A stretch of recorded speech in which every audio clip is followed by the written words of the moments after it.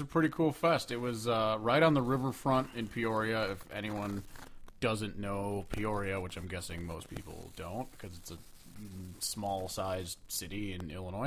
But yeah, it was right on the riverfront. They had a big main stage with a party pit and then just space around it. And so don't forget about the side stage. But I was gonna get to that. For anyone who doesn't know, there's a person out there called Upchurch the Redneck, and he is a country rap artist.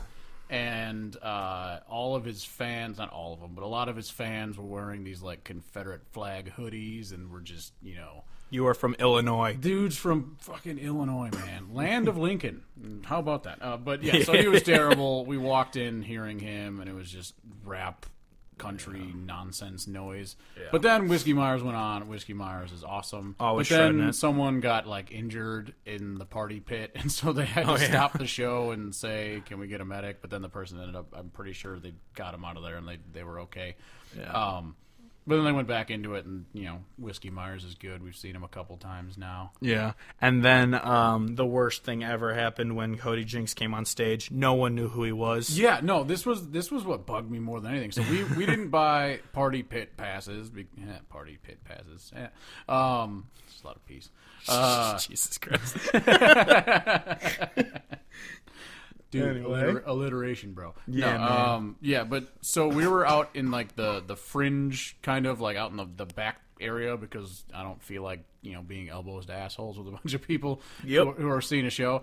But then like we were getting really into it because obviously Cody Jinks is amazing, And there were a bunch of people around us just like having conversations, sitting in their, camp chairs, not really paying attention to what was going on. I was like, what is wrong with all these people? Like, this dude that's on stage right now doesn't come through here all the time, even though, granted, we saw him where I saw him at Ribco, and then we saw him here in Peoria. So, like, he was kind of there in the last year. But, like, seeing Cody Jinks is huge. That's why we drove an hour and a half to go see him. Yeah. And these people were just not giving a single fuck about it. Yeah. I couldn't believe it. Yeah, it was. Yeah, when he was singing David, I was singing along and just looking around in the crowd, and literally no one was singing. Well, people in the pit. Yeah, to be fair, all the people in the pit around him. So there was a good pile of people. I gotta stop using the P words. Pile of people in the pit. There's a lot of people in there, and they were like, you could see their hands going up, and they were singing along. So in that area, there were for sure people that cared. But yeah, in the outskirts, not anyone caring, and it was such a shame because then also when he brought out, or I guess he didn't bring out, they just walked out. The Whitey Morgan and Ward Davis walked out at one point together and sang with them, and then also walked out separately and sang with Cody Jinks, and so.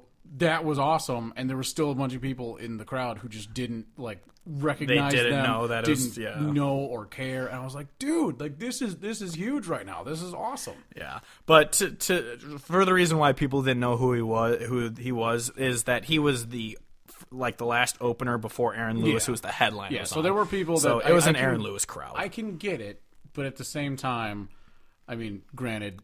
I'm such a huge Cody Jinks fan that I just assume that anyone who is literate on country music should at least know his name at this point. Yeah. But also, I get how people don't. But yeah, no, the fact that they were just sitting there, like, all I thought about was like when we were at the Country Beatdown show back in the day and we saw Jamie Johnson and we didn't really think anything other than In Color. And then now, having seen him, 5 times I've seen him now, and just being so into his music that I was like, oh my God, I can't believe I was just sitting out there not paying attention. That's all I thought about with all these people who weren't listening to Cody Jinks. I remember, because Jamie Johnson was singing a lot, he sings a lot of slower songs, and we had been there for I don't know how many hours at Country Beatdown. So when he was doing it, and he was doing slower songs, and I was tired. Yeah, and we were laying on the ground just kind of listening. We're like, oh, this is good, but I'm tired.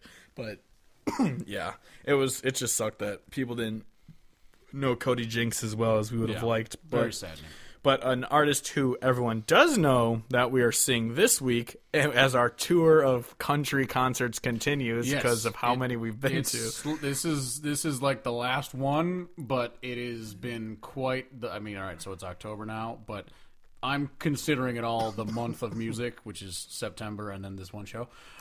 So many shows, we've talked about it on the podcast with Medicine Stone, and then I guess I saw a couple other shows that you didn't see because I went to Raccoon Motel and whatever. But so many shows in September, and then this one. But Chris Stapleton at the arena, the local arena. And then, in our town. Yeah, and then you told me, I didn't know this until you told me that the openers are Margot Price and Brent Cobb, which is an amazing lineup. Yeah. I got that much, because I've seen Chris Stapleton twice now, and so I was like, I'm excited to see him again because, it's Chris Stapleton, he's amazing. But when you're like, Margot Price is opening, I was like, you asked me like very nonchalantly, well, who's the openers anyway? And I'm just like, well, Margot Price and Brent Cobb. Like, oh. Yeah, I got real excited. I'm a huge Margot Price fan, so I'm so pumped for this.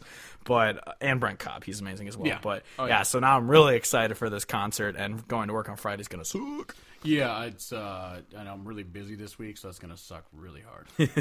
Yeah, but I've done that before. Yeah, so and this is gonna be the first time I've seen Chris Stapleton since From A Room came out, because I saw him last summer or 2 summers ago. I can't remember. I saw him in Milwaukee at Summerfest, and then before that we saw him. I think that was last summer, because the summer before we saw him. We saw him in Texas. Yeah, you didn't see him 2 summers. So I'm going to be seeing him 3 years in a row. Woo! Well, aren't you cool? I am the coolest. But yeah, so that's going to be awesome, and we'll obviously talk about that next week on our podcast. But yes. Yeah. Chris Stapleton's amazing. Yes. So I guess we could get into the interview. Yes, like I said, we talked with Erin Enderlin for a little over 20 minutes, and she was amazing. She was so much fun to talk to. She's hilarious. She told some stories and everything. You'll hear them. But as I say in the interview, I'll say it again now. Her new CD, Whiskey Town Crier, is out, and it's amazing. Yeah, seriously, listen to it.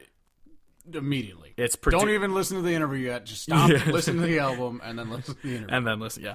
It's produced by Jamie Johnson and features Chris Stapleton on backing vocals. Features Randy Houser. It's a really it's seriously a tremendous album. Me and Steve both have also produced by Moose. By Moose. But yeah, it's great. The hell out of it. It's really good. Yeah, she's awesome. So yeah, let's just get into it. An interview with Erin Enderlin.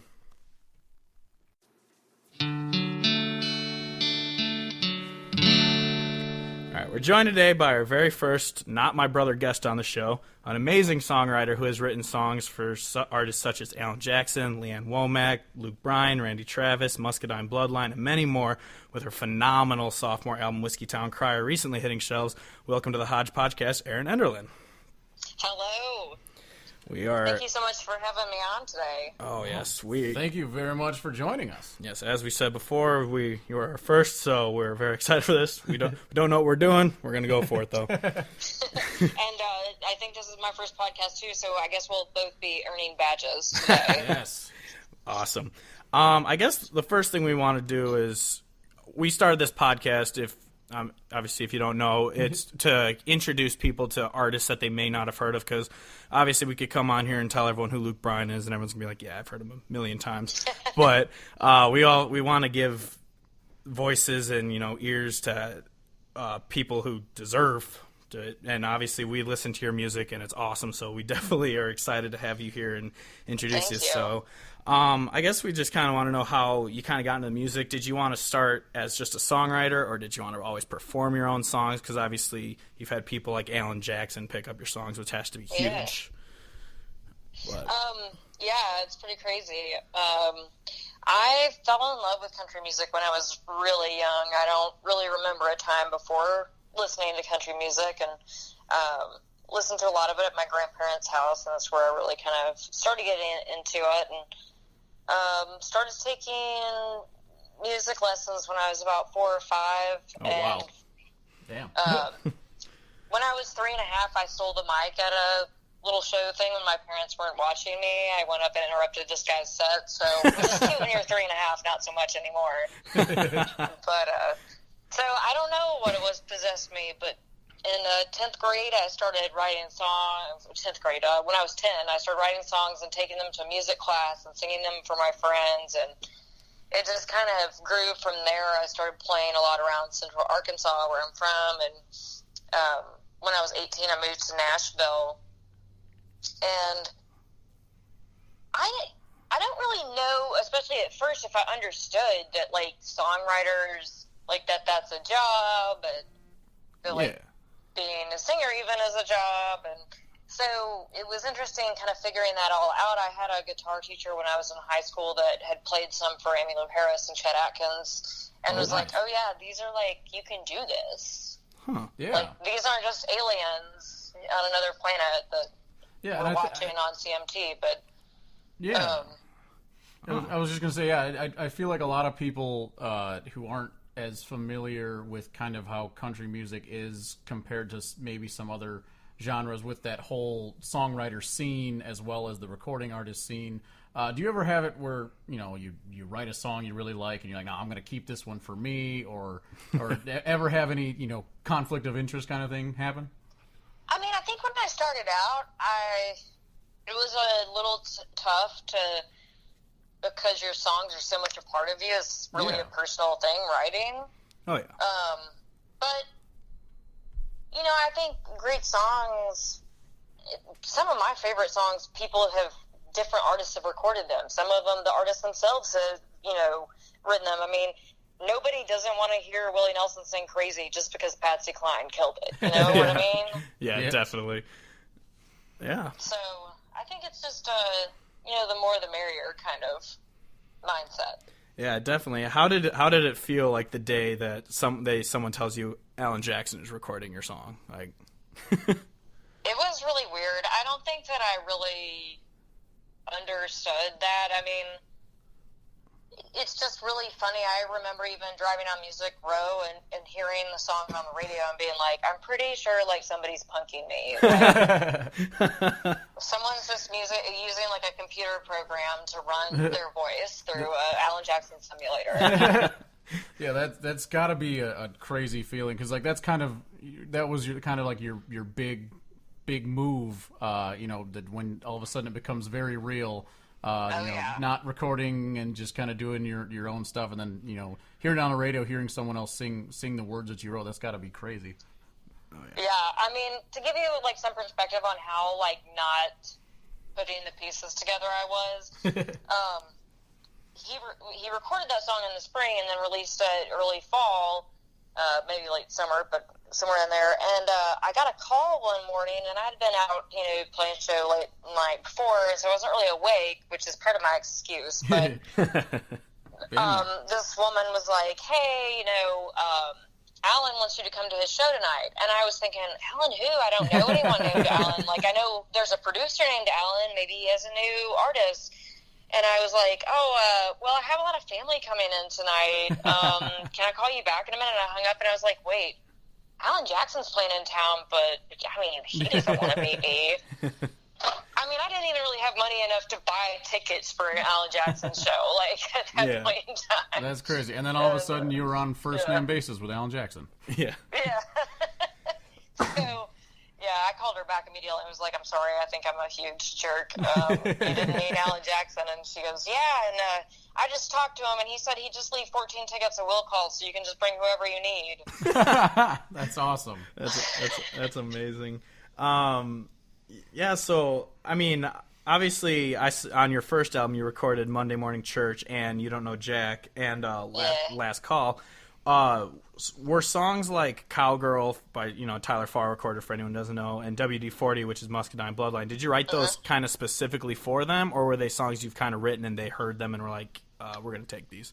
Well, with Muscadine, myself and my friend Alex Klein wrote that song with Gary and Charlie, so it was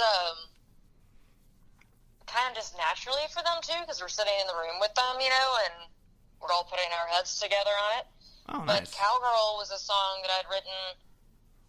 That song kind of took a long while in the process. It took, I think, 2 or 3 years after Tyler had even cut it to come out. And I don't know if I think I was just barely aware of Tyler at the time when we wrote that song. So it just turned out really cool that it ended up being something that he, connected with. Yeah, absolutely. Yeah, that's one of the first songs I learned how to play by him. So yes. Yeah, it's an awesome song. And guitar, I'm assuming? Yeah. Excellent. I'm a very amateur writer / player. Not very good, but I love doing it, so it's whatever. I think that's probably what all of us would say. So you're saying I'm on your level. Awesome. No. Except maybe Willie Nelson. Fair. That's fair. Absolutely. So just going along with the different artists that record your songs, but also just with Whiskey Town Crier, the people that you got to work with on this album, what was it like working with them? I guess I don't understand the process enough to know if you're when Chris Stapleton's recording his backing vocals, whether or not you're there or not. But how was it kind of working with knowing that Stapleton's on it, Randy Houser being on it, and then Jamie Johnson as well? It was awesome. I mean, one of the things I fell in love with about country music is that it seems so much of like a community, a family, and I love to see different artists working together and collaborating and kind of hearing their talents put together. And for this album, we went in and we recorded the tracks with like just players that blow my mind. I mean, I told people I felt like a kid in a country music candy store between, getting to work with Moose and Jamie and all the players, and then before that, even the other songwriters I worked with, and then to get to have so many great singers come in and add their talents to the project. And even, like TW, who engineered the project and mixed it, he's one of my favorite people. And just so talented to know what to capture and where to put it, and it's kind of really fun because you get to put your name on an album, but like you're like, haha, my name's on the front of this album, but it's really all these other people's talent too. Oh yeah, definitely. And so it was really cool. And Stapleton came in after we had recorded the album, and during one of the just a harmony session afterwards. And it was really cool to get to hear him sing on that. I knew Chris a little bit. We all lived in a house that another songwriter owned for a couple of years. He lived in a bachelor apartment downstairs, and I lived in a room upstairs, and I could hear him singing through the, I guess, air conditioning vents and things, and it was just like, gosh, this guy, I mean, he's just an explosion. Oh yeah, I can't imagine what talent. He's like inside a house with a bunch of other people screaming. You know, well, not screaming, singing, but with the you know, power of his voice. I have to imagine. Oh, there goes Chris again singing.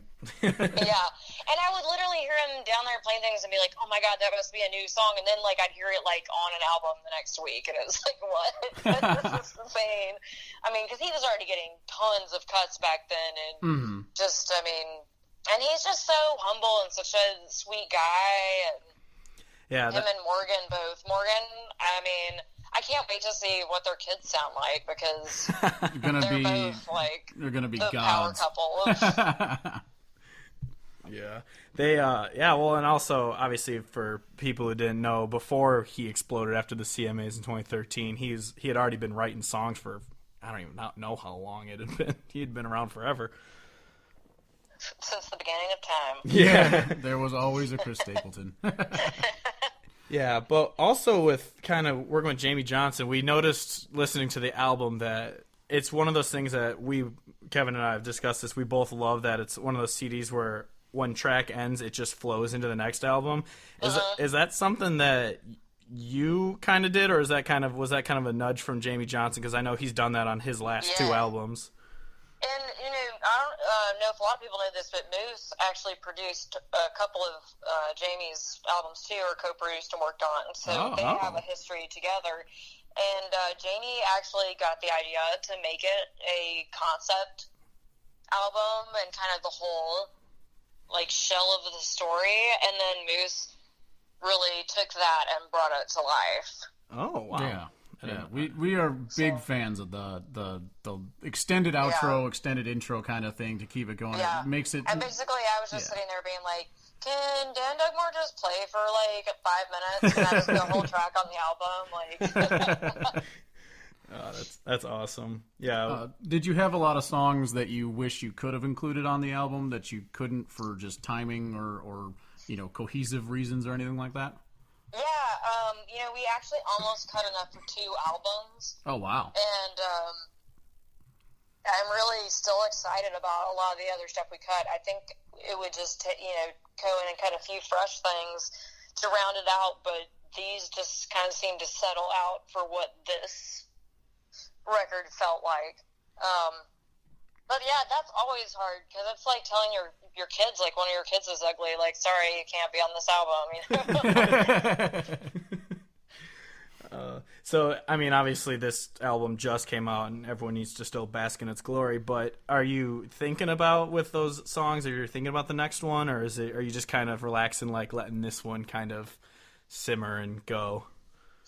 It's a little bit of both. Like, I'm so excited to bring this album out on tour, and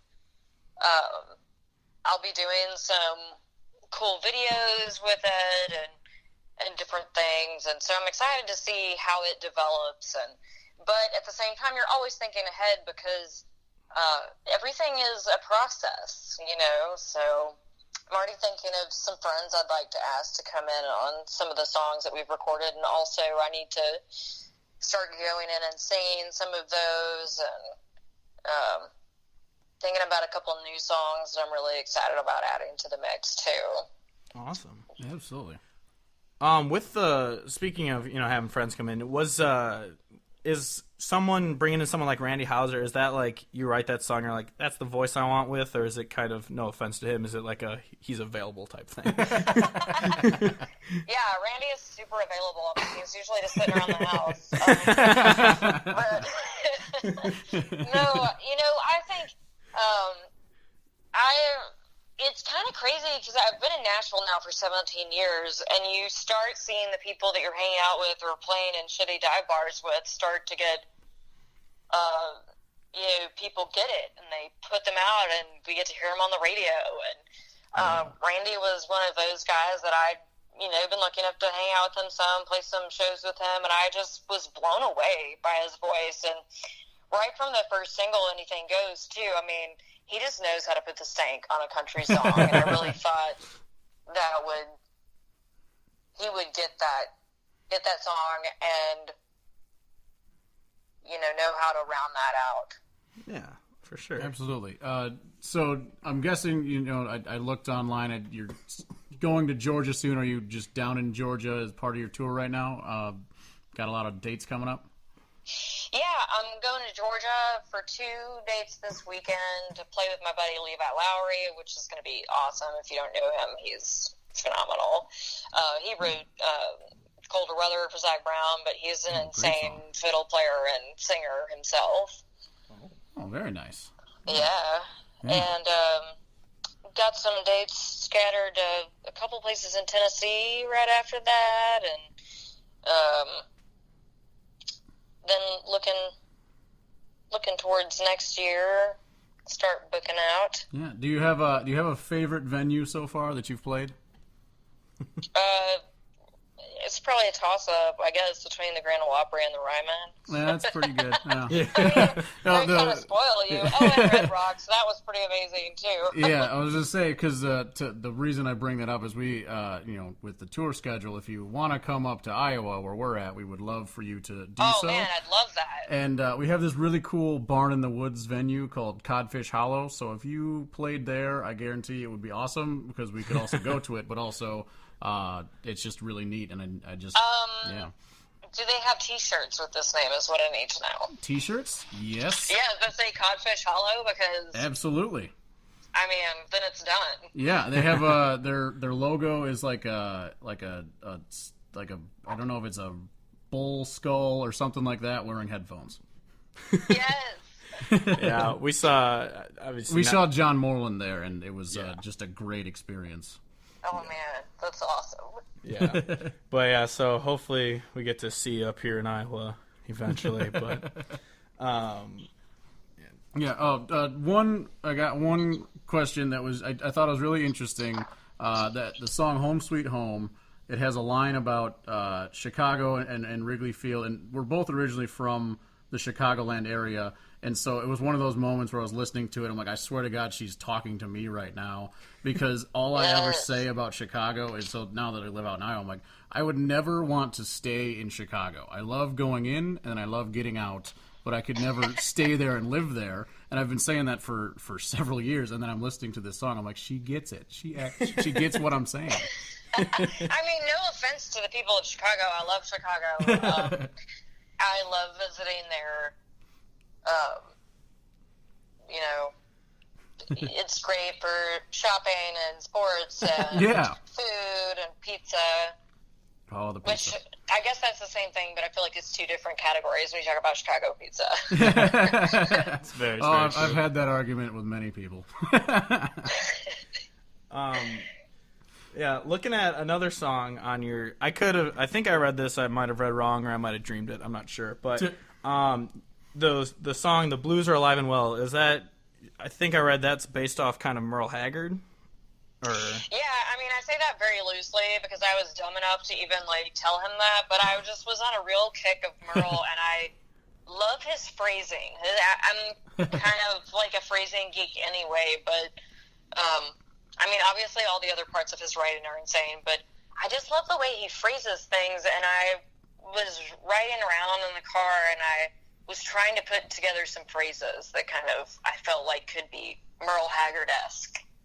Yeah, absolutely. But I was dumb enough to tell him, I decided I was going to write a song like you, and I was like, I mean, not like you, because you're Merle Haggard, and that's ridiculous. But luckily, he was like, you're all right. That's awesome. Yeah, I'm a very big Merle Haggard fan. I got a Merle Haggard tattoo, so I love that song, and Yes.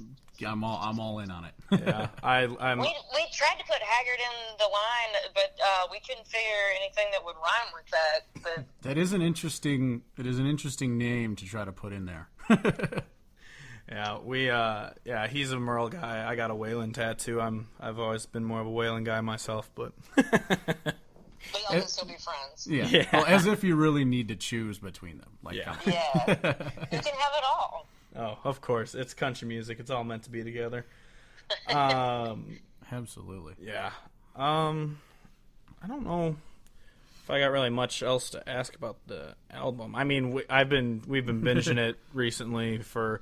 It was actually one that we were going to feature on the website that we have, but Nice. we were down in Oklahoma for the Medicine Stone Festival, and so we had literally no service the entire weekend. So we didn't post anything to the website for like 5 days. And when I feel your pain. Yeah. I've been touring in Texas last week, and there was at least 1 or 2 days where it was like almost no post. It was like, sorry, I've got to learn how to plan these, but I'm out in the middle of nowhere. yeah. Well, just assume at this point that everywhere has service, and then when you find a spot that doesn't, it's like, are we still in America right now? What is going on? Yeah, it should be unconstitutional at this point. Yeah, but yeah, so I feel bad that because when we got an email about this interview, we're just like, oh, have you heard this album? I'm like, yeah, I was going to talk about it, but I didn't get to because we were out of town. But yeah, it definitely Made up worked for out. it now. Absolutely. Oh, yes. I think, yeah, and then some. So, yeah, I don't know if we have much else. I don't know if you want to plug your, kind of socials for everyone to find you online. Obviously, you're on Spotify and iTunes and your website and everything. I'm in all those places, and my website's just erinenderlin.com. It's ERINENDERLIN.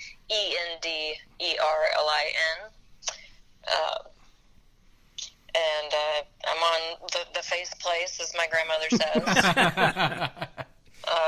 The Twitter, all the good places, the Instagram. And, so come follow me. Yes, everyone Join check the party. it out. Yes, please do. Yeah, well, it was, and hopefully we get to see you up here in Iowa. It was definitely amazing talking to you, and thank you so much for coming on our podcast. Seriously, thank you so much for making time for us. This has been great. Yeah. It was my pleasure. Thanks so much for having me.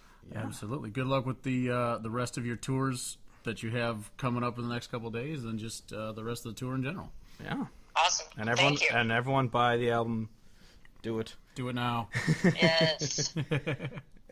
It is, yeah. Once again, for Or everyone. 2 or 3. It's almost Christmas, Yeah, Yes, buy it's one the for perfect stocking stuffer. I'm calling it right now. You can use that tagline on your website if you want.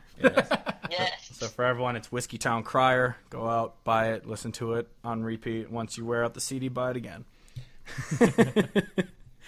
Awesome. All right. Well, thank you very much for being with us. Thank you. All right. Bye-bye. Bye.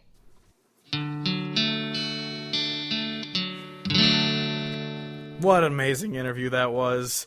Awesome. Yeah, no, seriously, it was so much fun. We thank her again for being on the podcast. She was awesome. Hopefully we get to see her in Iowa soon, as we said 100 times. And maybe at Codfish. That would be badass.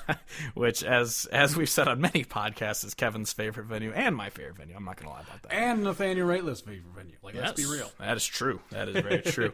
But, so yeah, I guess we'll just, we can't top that, so we're just going to talk about the music coming out this week. There's always more than I find, but what week are we in? We're October 3rd. What year is it? Oh, there's nothing this week. What? That I've written down. Well, I don't know. There might be something out. music has decided to end collectively. Because I have one written down for. I haven't updated this list in a while, so there probably is. I feel bad. But on Friday, if you check out countryhodgepodge.com, every Friday I put up a new Music Friday playlist on Spotify, and I say all of my favorite albums that I try to listen to as many as I can, and I put my favorite albums up on the website. So check them out. There will be music coming out Friday because there always is music, and Yes, so Yeah. we'll just do that. Yeah, and that makes me remember that I don't think I updated my playlist this week. So I'm going to do that right now so that by the time you hear this podcast, the Kevin's Picks of the Week playlist will be updated by the time you listen to this. Because as of right now, I realize I did not update it. No, you did not. But Kevin has 4 followers still. Yeah, go me. Yeah, but But yeah, that'll be changed. It'll just I don't know what it's going to be. Definitely going to have Erin Enderlin on there. Spoilers. But yeah, no, that'll be updated before you can hear this. So telling the future. So what have you been listening to? What have you been watching? What have you been doing, Kevin? Yeah, so definitely been listening to Erin. Oh my god, I can't believe I said Erlin. Erin Enderlin. I've been listening to Erin Enderlin's CD a lot because obviously we're gonna have the interview, but then it's just such a good album that I couldn't just only listen to it once. I had to listen to it a bunch of times. I've been listening to a lot of Tom Petty because, like I said, rest in peace, Tom Petty. But then I also checked out Lori McKenna, not Lauren. I'm smart. Kevin goes, before we start recording, Kevin goes, yeah, I've been listening to Lauren McKenna a lot. I'm like, you mean Lori McKenna? I was like, oh, yeah. My bad. But yeah, no, so shout out Lauren Bullard. I checked out Lori McKenna because you said that I should, so I did. It was good. Yeah. She's our number 1 fan. So if you're listening and you're not her, you're not our number 1 fan. You should be ashamed. There's still time, but right now the power rankings are pretty set. But yeah. So shout out to her for being such an awesome person, being an awesome listener and everything. I hope you're having a good day whenever you're listening to this. Me too. But yeah, so you can find us on. Well, actually, before I plug our stuff, I'll repeat Erin Enderlin. She's on. I believe she's on Instagram. I think I follow her. No, she said she is. Yeah, and then she's on Twitter and Facebook. Her website, erinenderlin.com. Buy her. She has 2 CDs out. Buy them both. Listen to them both a bunch. She has the song You Don't Know Jack, which Luke Bryan recorded, even though she wrote it. And then she also has Monday Morning Church, which Alan Jackson recorded. That's the one that we talk about a lot in the interview. But yeah, so she's awesome. Check her stuff out. Buy her stuff. She's amazing. Seriously. But our website is countryhodgepodge.com, where we try and upload stuff to it as much as we can. We're both busy. We work 40-hour jobs, so it's tough for us to find time for it. But we're doing it because we love country music and we love you and we want people to hear stuff. Yeah. Also, find us on Instagram, Facebook, and Twitter. Country Hodgepodge. Sorry, I'm still coughing. Include the double cough. My allergies are still kicking my ass since last week. If anyone's listening to this in sequence with the last one, yeah, he's still dying of AIDS. Yeah, I'm dying. But yeah, on Spotify, we have 2 playlists, or actually 3 now. Kevin has his Kevin's Picks of the Week, which he updates every Monday, except for when he forgets, like this week. It's still Tuesday. We've got time. There's a link on the web. There's the link on Country Hodgepodge to get to it. Otherwise, you can find him on Spotify with his username Donkey Factory, one word. It's the greatest name ever. That's the worst. And then I have 2 playlists that have the Hodgepodcast Picks, where I put up music that we talk about on the podcast. Obviously, I'll be adding her Erin Enderlin's newest CD to it this week. Subscribe to it and hear new music every week that we talk about, that we like, that we think you should listen to. And then the other one is called Friday's New Music by me. So if you find me on Spotify, it's just Steve Hodge. You'll be able to find Friday's New Music. What a lame name. Which, yes, I know, right? I'm not like horse farm. But you wish you could. I know, I wish I could be. But anyway, yeah, so you find those playlists, listen to them, listen to country music. Country music's the best. Everyone be safe at country concerts now because psychos are douchebags. Fuck that shit. Go to shows because America and because music is great. Yep. Don't let that fucktard win. Never. You could buy. We have a bunch of designs. You could get them on shirts, tanks, computer cases, phone cases, stickers. Computers. I'm like, I don't think we sell computers. Oh, we sell. This is the official podcast of Dell. But yeah, so you can. There's a link on our website to the store. You can buy things. You can support us. We're poor. Not really. Well, yeah, we are. I must assume that. Yeah, well, we are. I am. I don't know about you, Kevin. I don't know what lottery you won, but You can find me on Facebook and Twitter at Steve Hodge Music. You can find Kevin on Twitter at Chargeford, spelled how it sounds. Also a great name. The only way we can think of topping this podcast is next episode. We're going to be talking about Sam Hunt. Oh, my God. Stay tuned. So until next week, I'm Steve Hodge, as always, joined by Kevin Hodge, saying goodbye, good night, and good Charlotte. I love you.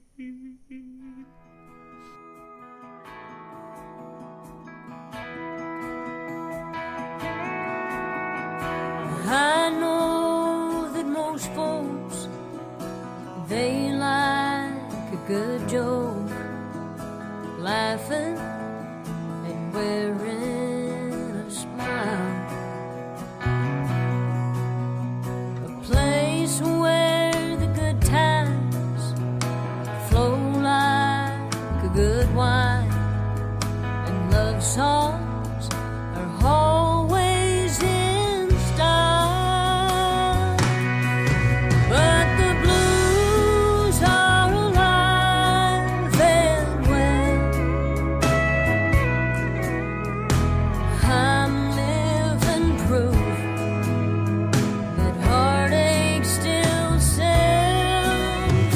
As long as there's whiskey, a song by Keith Whitley, and my baby loves somebody else. The blues are alive and well. Bartender, hit me, my glass is half empty. Has been since he's been gone. I heard his new wife goes great with his new life. Seems like the whole world's moving on. But the blues are alive and well. I'm living proof heartache still sells. As long as there's whiskey, a song by Keith Whitley, and my baby loves somebody else. The blues are alive and well. Turn up that jukebox, turn down the lights, and let me be lonely tonight.